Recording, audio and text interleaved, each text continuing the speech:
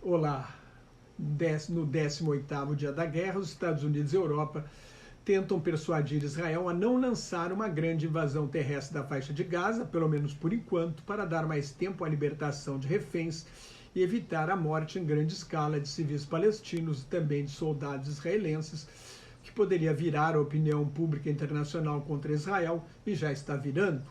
A alternativa seria realizar ações de comandos de forças especiais para tentar resgatar os reféns, caçar a liderança do movimento de resistência islâmica e destruir suas bases militares, evitando a mortandade de civis inocentes.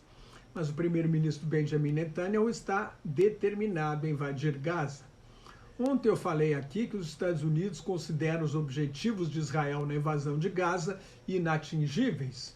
O ministro da Defesa israelense, Yoav Gallant, apontou 3 objetivos: acabar com Hamas, ir atrás dos focos de resistência e instalar em Gaza um governo que não seja hostil a Israel. É muito difícil acabar com grupos terroristas, especialmente com bombardeio aéreo maciço que mate milhares de civis.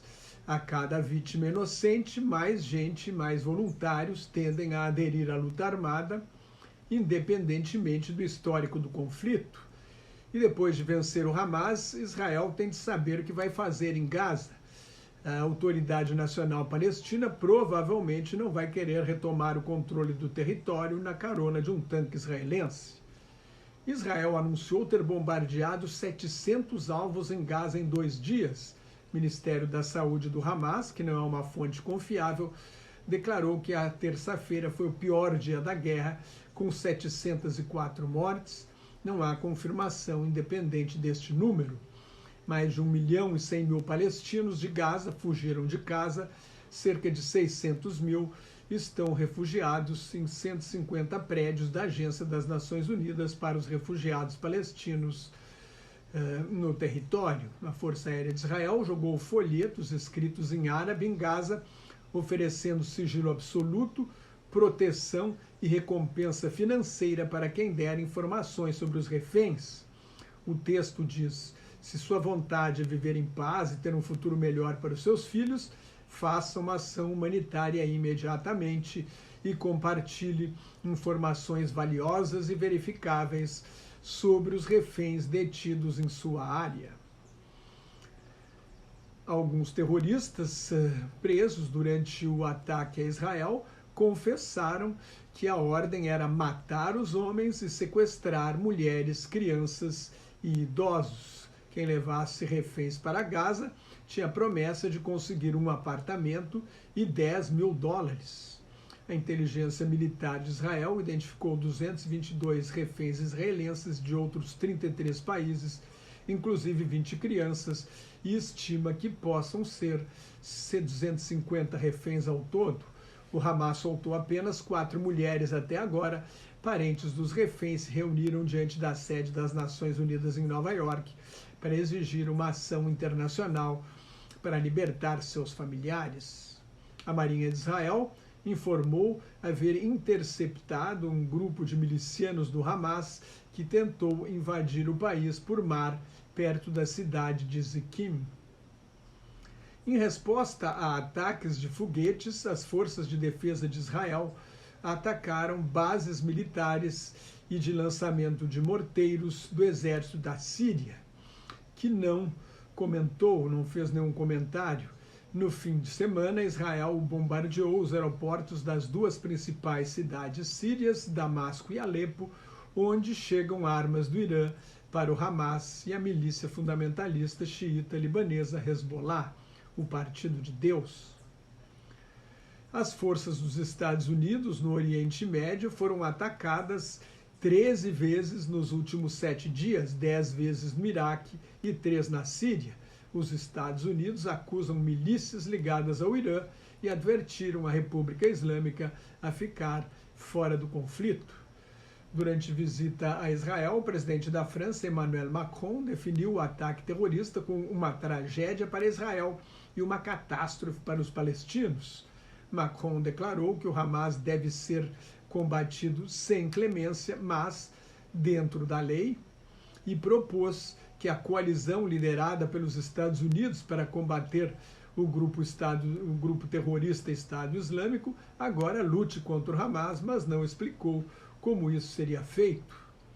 Poderia ser, por exemplo, só com ações de inteligência, com troca de informações. Na guerra contra o Estado Islâmico, a França e o Reino Unido se juntaram aos Estados Unidos para participar dos bombardeios aéreos. 30 franceses morreram na ação terrorista do Hamas e 7 estão desaparecidos. Depois, em visita ao presidente da Autoridade Nacional Palestina, Mahmoud Abbas, em Ramallah, na Cisjordânia, Macron defendeu um acordo de paz com a criação de uma pátria para o povo palestino. Abbas declarou que, no momento, só está preocupado com o massacre dos palestinos em Gaza, mas defendeu a convocação de uma conferência internacional sobre a paz.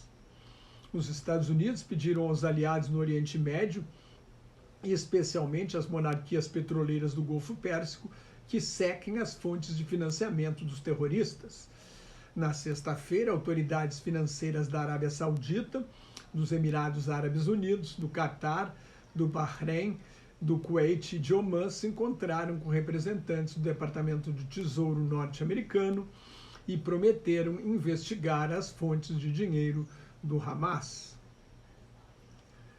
A inteligência dos Estados Unidos concluiu com alto grau de confiança, de acordo com eles, que a explosão no Hospital Batista Árabe Al-Ahli foi de um foguete palestino desgovernado e não causada por um bombardeio israelense. O governo norte-americano não fez nova estimativa do número de mortes no hospital.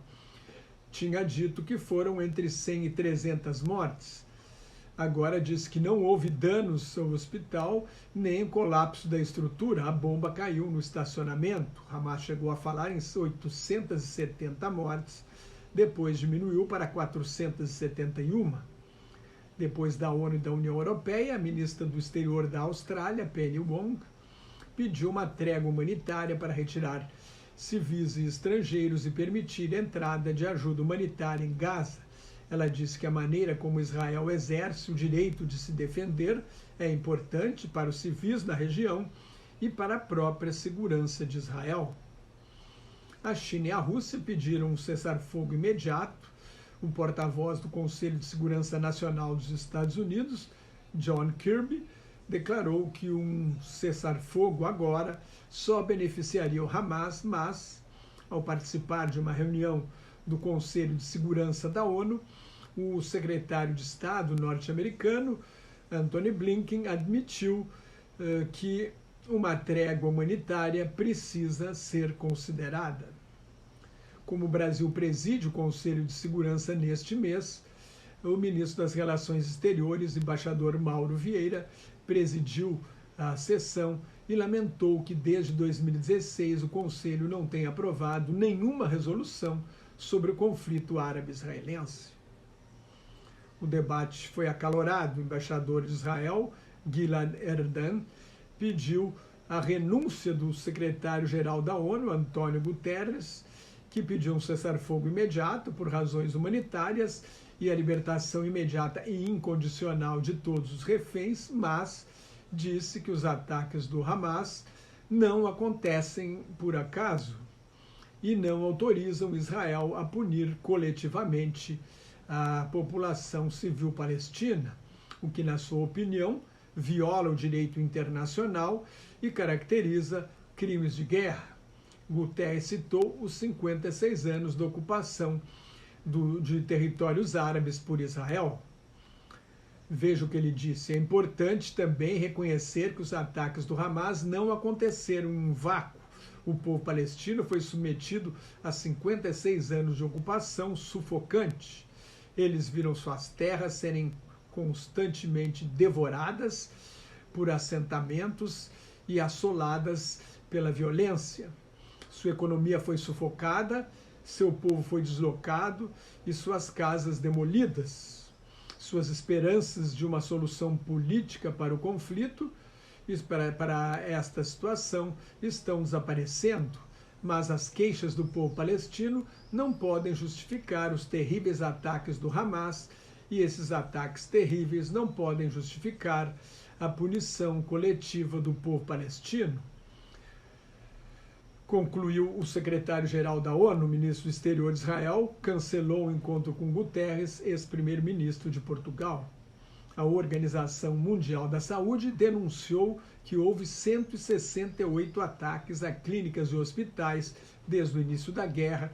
Esses ataques causaram 491 mortes e 6 hospitais de Gaza